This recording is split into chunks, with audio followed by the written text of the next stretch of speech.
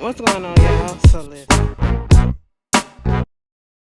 So we are back again for another episode review of Pose. Okay, Pose season 1, episode 5, Mother's Day. So when we first see the episode, it starts off in the year 1982. Remember, currently it's 1987, probably 88, and we see the budding relationship and how Blanca and Elektra came to be. We get to see that in 1982, Blanca was going in this category called Virgin Ballroom, whatever. And we see all these people getting up there doing their thing. And Blanca is not quite ready. She ain't ready at all. She looked like a raggedy ass fish out of fucking water, okay? It's just not happening for her right now. She not, it's not flowing. It's not going well at all. Okay, I said, who grandma wig she done put on her head? She's just, so innocent compared to the other girls that were there. They were all put together. They look like they didn't have some work done. Blanca is still in the process of, it's like she's in that raggedy stage of stuff. Just like when you get dressed or whatever, you get that raggedy period that, you feel like, I just don't look right yet until it starts coming into fruition. She hasn't started coming into fruition yet. And so what got her is the fact that even though she knew that she wasn't ready, she had that confidence in her and said, bitch, I'm not going to step back. I'm going to have to get my feet wet at one point or another, so let me just do it now. And even though they was criticizing her, they was shading her, reading her down, she took it with confidence and she took it with stride. She didn't show it on her face that she was embarrassed or whatever. She didn't. And then Elektra was up there and she was noticing all of this. And I guess this is where their relationship starts, and how Elektra, I feel as though Elektra saw something in her that used to be her. She saw herself in Blanca, how she was once confident, or she wished she was that confident when she was younger or whatever, when she first started out, because they was going in on her and she didn't let it phase them. Even the dude who was commentating the whole thing had to give her props, okay? And so afterwards, Blanca was still being Blanca that we see in a past episode. Remember the episode when they she was fighting for the trans rights and you know people of color rights to be up in that gay white bar. Yeah, she was doing the same thing, standing up again for people, because she heard them other girls talking about the other girls in there. She was like, so this is how you do? You talk about your sisters like this? You just being rude as shit and all this stuff? She was going in, and then they tried to go in on her. Elektra is standing up there looking. And then Elektra said, no, no, no, we're not finna do this. And she had to go in on their ass. And so at this point, this is how Blanca and Elektra, you know, initiated a conversation. Elektra took her under her wing, took her out to eat because she hasn't eaten like warm food in a long time. And, this is where they start. And like I said, I feel as though it was something that she saw in Elektra that reminded her of herself and the way that she was when she first came out. Um,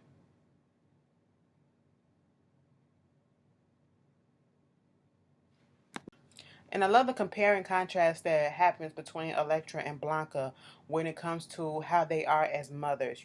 We see Blanca telling, Poppy to clean up and you didn't have this. And she's just telling them, this is what you need to do. Okay. She's just not screaming at them and treating them bad and putting them down and making them feel bad about themselves like Elektra does. No, she's telling them, she does her stuff with love. She encourages them, she protects them, she looks out for them, she provides for them, all of that. And at one point in the episode, we do see Damon tell her that he loves her. And that's the impact that she always wanted. Okay. And when this all happens, we see her going in there talking to Angel. Girl, Angel talking about something, because she said, why the fuck you back here? Didn't your man bring you, your little dude buy you an apartment or some shit like that? She was like, I left because that motherfucker want to leave his wife. Is that what it is? No, because I want him to understand that I'm not going to be a side chick. I said, girl, you was a side chick the moment that he pulled up on your ass, okay? Whatever you want to happen, no matter how you switch it, how you explain it, how you flip it, is not going to happen, okay? He's never going to leave his wife. He's never going to be with you like that. you're in a delusional reality, okay? That's what it is. Blanca later gets this phone call and she screams in the living room and everybody comes running and she finds out that her mother has passed away. And what's so fucked up about it is her sister and her family didn't tell her that her mother passed away. A friend from the neighborhood had to tell her that that the mother passed away. She goes over to see the sister. The niece comes to the door, don't even know who Blanca is. And the sister opens up the door. She was like, "How come you can't tell nobody about me?" She basically said that the mama told them that she was dead. Okay. She was like, "What the fuck am I supposed to tell my daughter?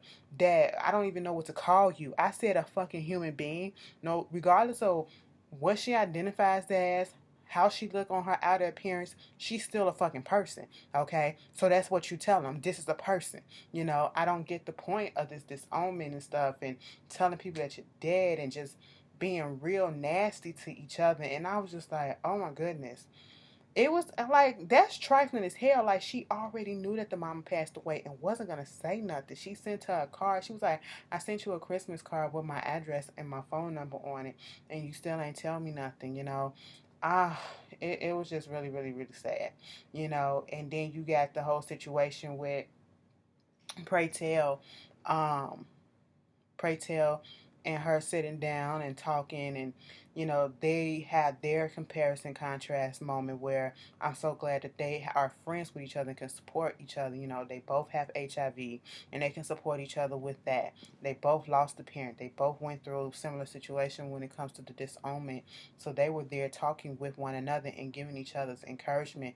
And I think he was the one that was encouraging her to go ahead to the funeral. It is your right to go there and to pay your last respect to your mom because she wants to make things right. She never got a chance to make things right with her mother. And that's what made her want to go in and talk to Electra. Now, when y'all see that part, I'm re-recording this, okay? Because I was recording it on my other camera. It had to go off. And that's why when you hear what you're going to hear, that's what that happened, okay? So, there you go. So yes, I'm in a different location. I'm back in the same location on a different camera, whatever, back on my computer. I was just testing out my camera today. I just got it and the battery died, so bitch is charging up, so that's why. But anyway, the whole situation that was going on with Blanca and her mother is making her, rethink the whole situation that's going on between her and Electra. And so she went down there to visit her and come to find out she was the only one that visited her. Even Electra's man didn't even visit her, whatever. And she was like, basically the motherfuckers didn't give a shit. And Blanca had to tell her about herself. You're a terrible mother, and that's why they don't care. And you're getting exactly what you deserve because you don't treat them right. So why did you expect them to come down? And after telling her about herself, I love their relationship at this point because Blanca is the only one who tells Electra what it is, how it is, and she does it in a manner that she knows Electra will respect, even though she may get upset and try to do her little shady stuff and all this and, read her down or whatever. She still respects it, and to a certain extent, because Candy tried to do the same thing and she gets no respect from Electra because she's just so overly aggressive with it, I guess, compared to Blanca and her tone and stuff. But she even told her that she only had two mothers in this life, the one that gave birth to her and the one that took care of her. And she said the first one, she found out she just died this week. And so she wanted to make up and, get on the right footing with Electra. And so they made up and they were still throwing little friendly shots at each other. Not mean spirited, but friendly shots at each other. And so this got Electra thinking that, she's right.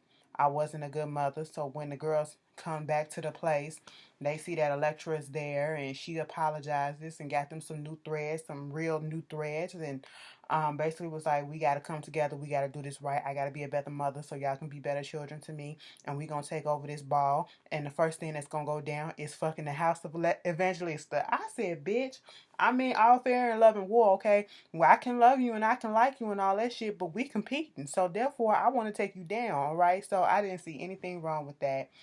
And eventually they do have the ball. And baby, let me not go there first. Let me not go there. Okay. Let's just go here.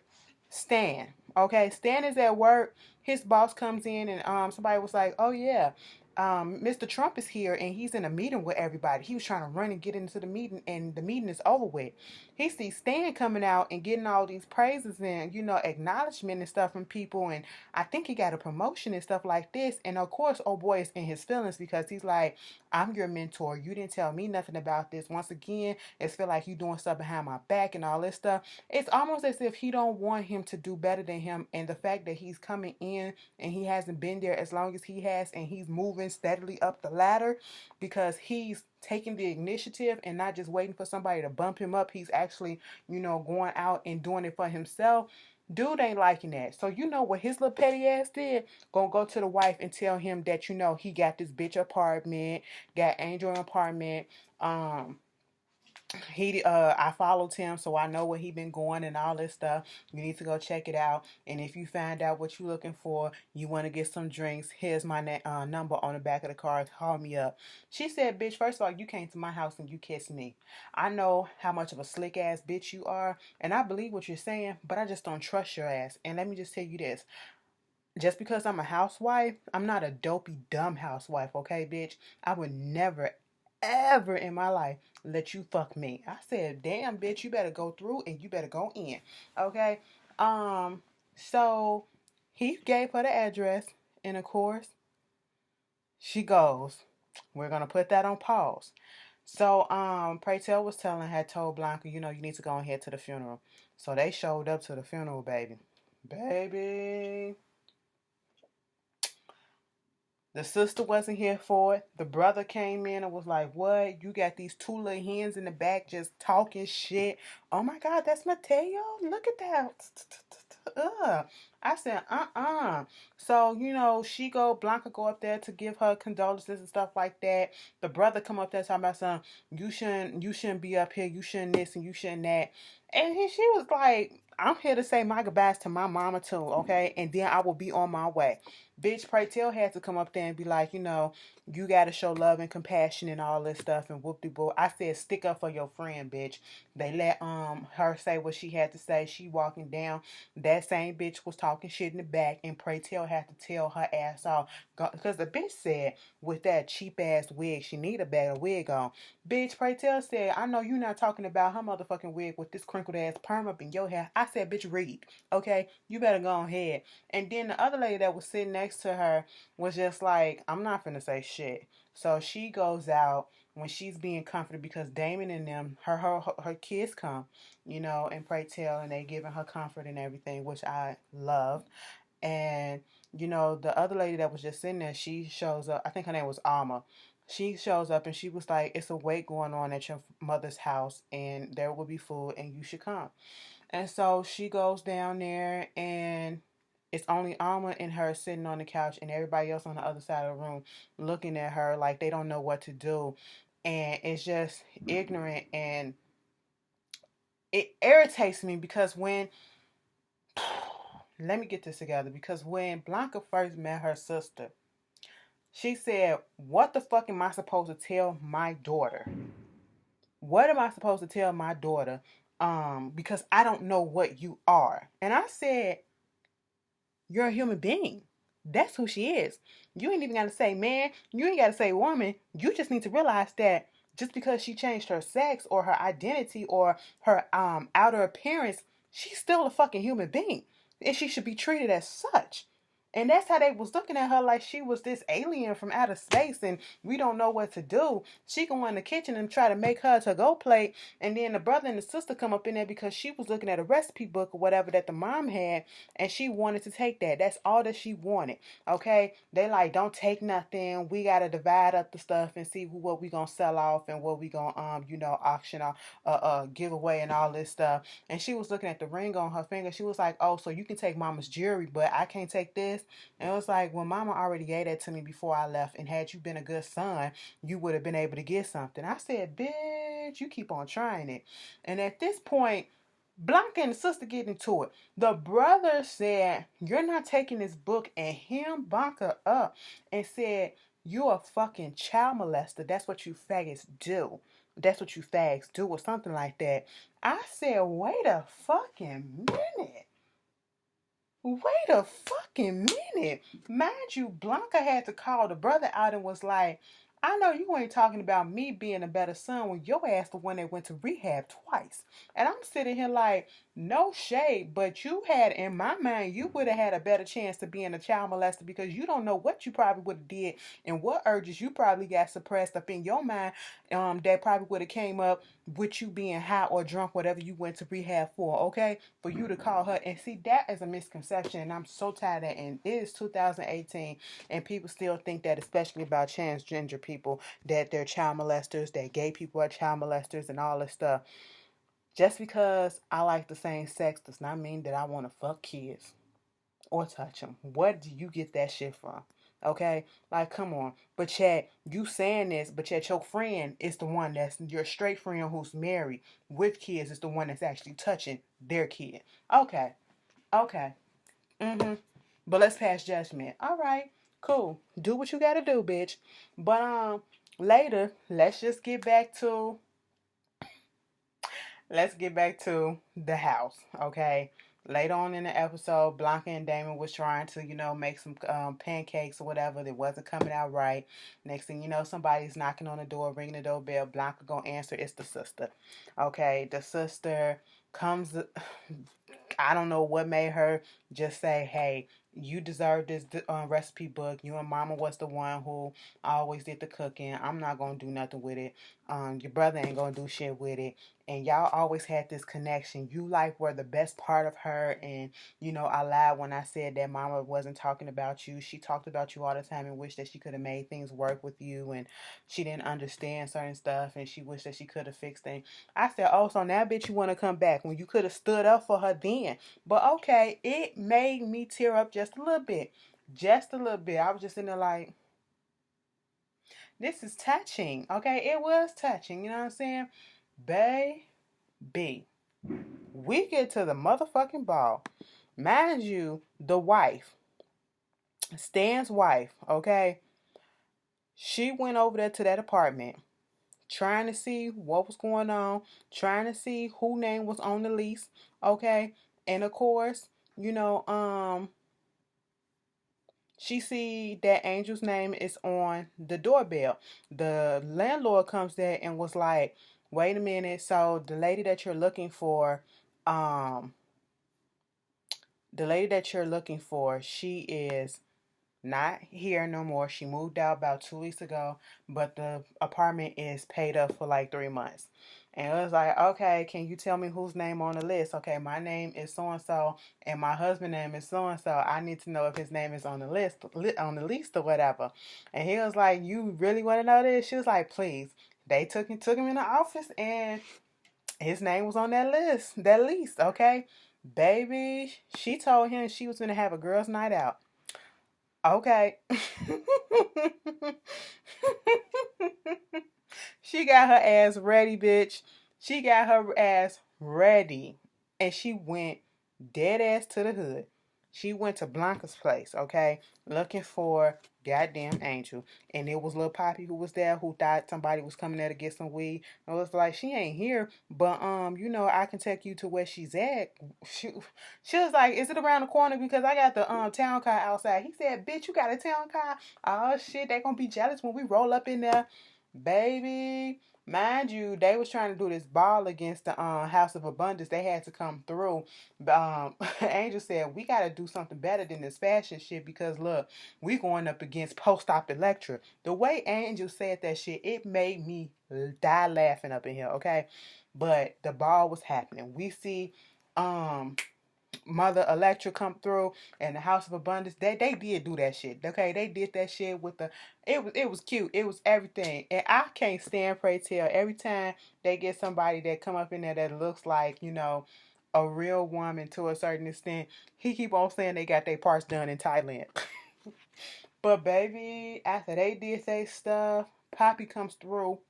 She was like, "Come on, you better come on, bring your ass. We already late or whatever." Telling Stan's wife. She come in there, she dressed up in the hood, bitch. I said, you got all dolled up just to go down to the hood. Now, I know we trying to keep up a front or something, but you ain't have to get this dressed up. They looking at her like, bitch, who let real fish up in here? Oh my God, that nose is so cunty. Who did your surgery? I didn't know straight women really got in their feelings when gay men or transgender say fish. That, and especially in the context of what they saying, straight fish and bomb, that's like giving props to a woman saying that you're a real woman, and your bomb is fucking. We trying to we like that. That's what I thought it was. I didn't know it was so offensive, but okay. Y'all sensitive as fuck. But moving on from that, when it comes time to do the House of Evangelista, baby, you had House of Abundance with Electra and her yellow cape. No capes, okay? And then you have Blanca come out in that blue, bitch. I said, you better fucking do that. They did that shit with what they had, okay? And then when they said Little Miss Angel, the wife gagged. She didn't know what that meaning of gagging was, but bitch, when she saw who the fuck Angel was, she was definitely gagging in her mind. She was like, when they got through outside, she said, "You're Angel? I think we need to talk. I'm so and so, Stan's wife." Angel was looking like, bitch. And that's when it went off. I said, girl, this was a good episode. Y'all tell me how y'all felt about it. And I will see you guys later. First of all, I will never understand the purpose of disowning somebody just because they don't abide by the society norms or the norms that you would want them to do. They have to find out their own path in life, okay? And abandoning them is not going to fix the issue. It ain't going to do nothing but bring more heartache to them and more heartache to you because you're losing a part of yourself too. I just want to get it. But anyway, y'all tell me how y'all felt about this episode, and I'll see y'all later. Peace.